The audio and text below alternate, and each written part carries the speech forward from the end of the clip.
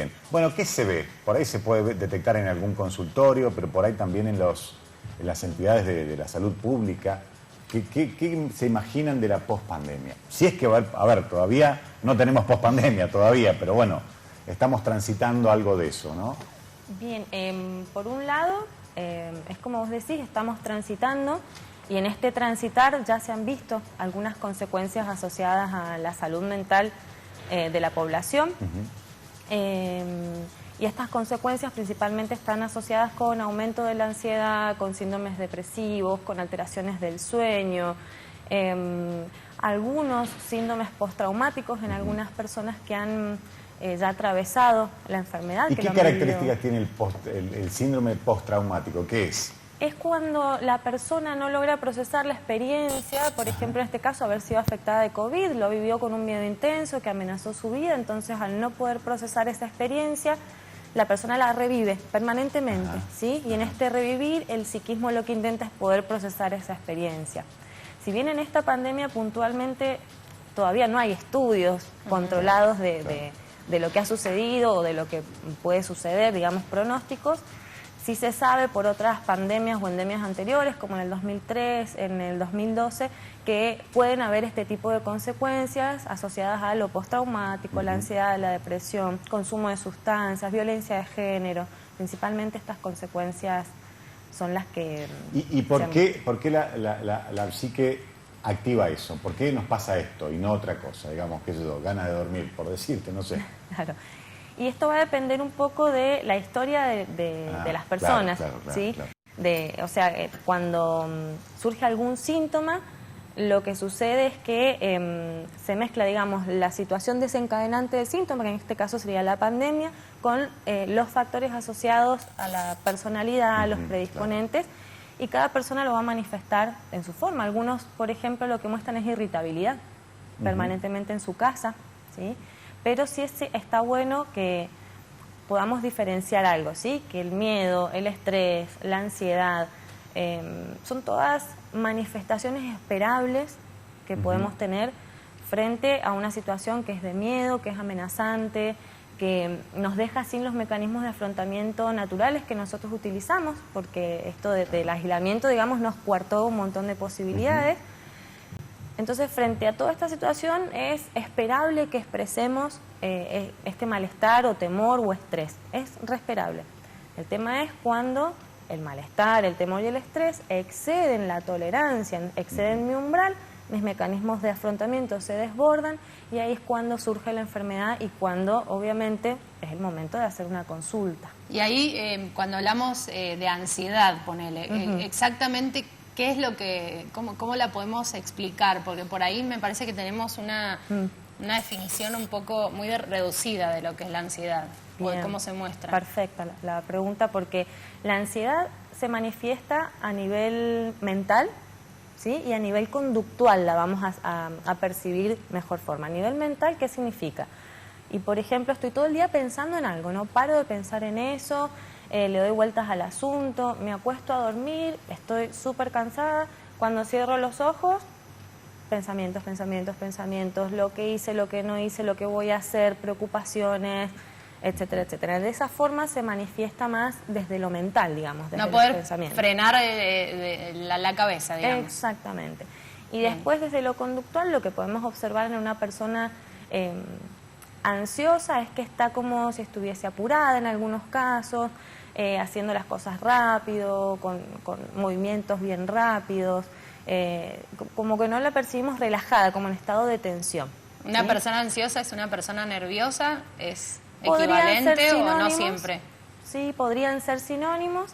Hay una ansiedad que es normal y esperable, que es la que es el motorcito que nos permite funcionar, y hay otra ansiedad que cuando ya también excede cierto umbral empieza a ser disfuncional y la persona quizás la vemos más como estancada que apurada. Sí. Y en cuanto a las relaciones interpersonales, llámese relación de pareja, amistades, ¿qué nos ha pasado? ¿Qué han visto ustedes? Y en realidad lo que ha pasado han habido como dos extremos en este sentido. Por un lado, relaciones que se han afianzado un montón, porque no quedó otra con esto del aislamiento, de empezar a comunicarnos distintos, de empezar a afianzar los vínculos más cercanos.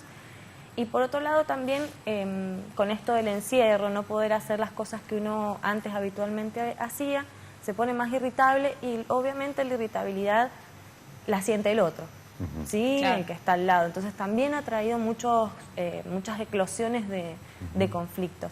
Y ahí vos también sos jefa interina en estos momentos del área de salud mental de aquí, del Hospital Yestakov. Sí.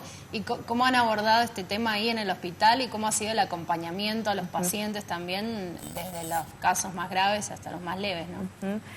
Desde el hospital hemos pasado por varias etapas. En un primer momento armamos todo el equipo, dispositivos para la atención del personal de salud y pensar, fue una etapa más de pensar que tuvimos en cómo íbamos a trabajar los distintos emergentes de la pandemia. En un principio se cerró mucho, digamos, la atención. Siempre se sostuvieron las urgencias y la internación. Nosotros tenemos una internación grande en salud mental, pero la parte ambulatoria, como en todos los hospitales de la provincia, se cerró. De a poquito empezamos a abrir y pusimos un consultorio de atención de urgencias 3 veces por semana, al principio todos los días, después 3 veces por semana, que es un consultorio interdisciplinario, psiquiatra, psicólogo. Atendemos urgencias en guardias, internación, y en relación a las personas que han sufrido de COVID, hacemos una atención, todos vestidos, digamos, presencial en las habitaciones del hospital, y después lo hacemos por teléfono. Y con los pacientes que ya veníamos trabajando desde el ambulatorio hemos tratado de sostener la atención de forma virtual, pero hay que tener en cuenta que no todas las personas tienen acceso a lo virtual. Bien. Y ahora, me imagino, estamos viviendo este veranito meteorológico, astronómico, pero también el veranito en cuanto a la cantidad de casos. Esto también descomprime un poco la situación para todos, ¿no? Sí, realmente lo que se percibe en líneas generales es como que la situación se ha descomprimido. Si bien en el hospital también ha pasado quizás, a ver, en la sociedad se percibe esta descompresión, esta liviandad, pero en el hospital quizás vivimos un poco el fenómeno contrario, porque al haberse relajado todo, empiezan a emerger los síntomas. Entonces hemos llegado a tener, la semana pasada, por ejemplo, 16 internados. Que eso es un número... Es mucho para el hospital. Es mucho. En otros momentos lo hemos tenido, pero al principio de la pandemia teníamos 5, 6, por el miedo de la gente también de acercarse al hospital. Y desde lo psicológico ha afectado más a grupos etarios, llámese niños y abuelos, o niños ancianos, adultos mayores. ¿Es así o no? Sí, sí. Y está estudiado inclusive por otras situaciones que hemos vivido como humanidad, que los grupos más vulnerables son los más afectados. Pensemos en los adultos mayores que necesitan del contacto, necesitan de la presencia, que no tienen acceso a lo virtual como los jóvenes, y este sentimiento de soledad y de vacío los ha calado muy profundo. Los niños que no han podido socializar, que el proceso de socialización de los niños es súper importante. Y por otro lado, una población, el personal de salud, que bueno, esto se va a ver más adelante, todavía no se están viendo las consecuencias. Y los adolescentes me parece un grupo muy afectado, porque el adolescente, en la edad en la que está, necesita referenciarse afuera. Claro. Y yo me voy afuera, me identifico y confronto con mi familia como para poder buscar quién soy. Ese es un proceso normal, y este proceso de una u otra forma se ha visto limitado. Y ahí entonces, ¿qué temen ustedes los profesionales de la salud que visualizan así a futuro con todo esto que no se ha tratado por ahí, o porque no, obviamente hemos estado atravesando la cuestión sanitaria, ¿no?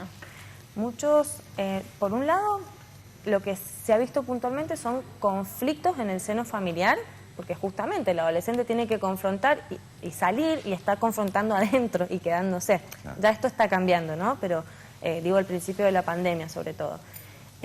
Aumento de los conflictos, también más ansiedad, estrés, en algunos casos conductas autolesivas puede haber en algunas situaciones.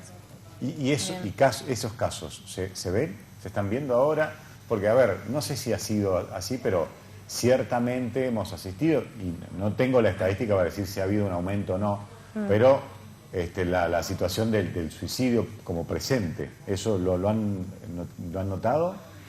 Sí, nosotros trabajamos a partir de los 18 años en el servicio nuestro, pero sí hemos visto, sobre todo al principio de la pandemia, teníamos algunas interconsultas de mujeres grandes, digo mujeres grandes porque nos pasó puntualmente casos de mujeres que por temor al COVID habían hecho ingestas o personas que quizás no por el COVID en sí mismo, pero sí por este aumento de los conflictos, terminan internadas por conductas autolesivas. Bueno, Ari, como para ya cerrar y no te molestamos más, ¿algún consejo, alguna, digamos, alerta, algo para tener en cuenta para la gente que está mirando el programa en estos momentos y por ahí no se había dado cuenta o no había identificado que está tal vez viviendo alguna de estas factores que vos mencionabas?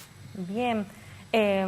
Por un lado, así como consejos generales, siempre tratar de que la mente, el cuerpo y las relaciones de alguna u otra forma estén con sus necesidades satisfechas, por decirlo así, ¿sí? Desde lo corporal, la posibilidad de hacer alguna actividad que nos dé placer, buen sueño, buen descanso, buena alimentación en la medida que se pueda.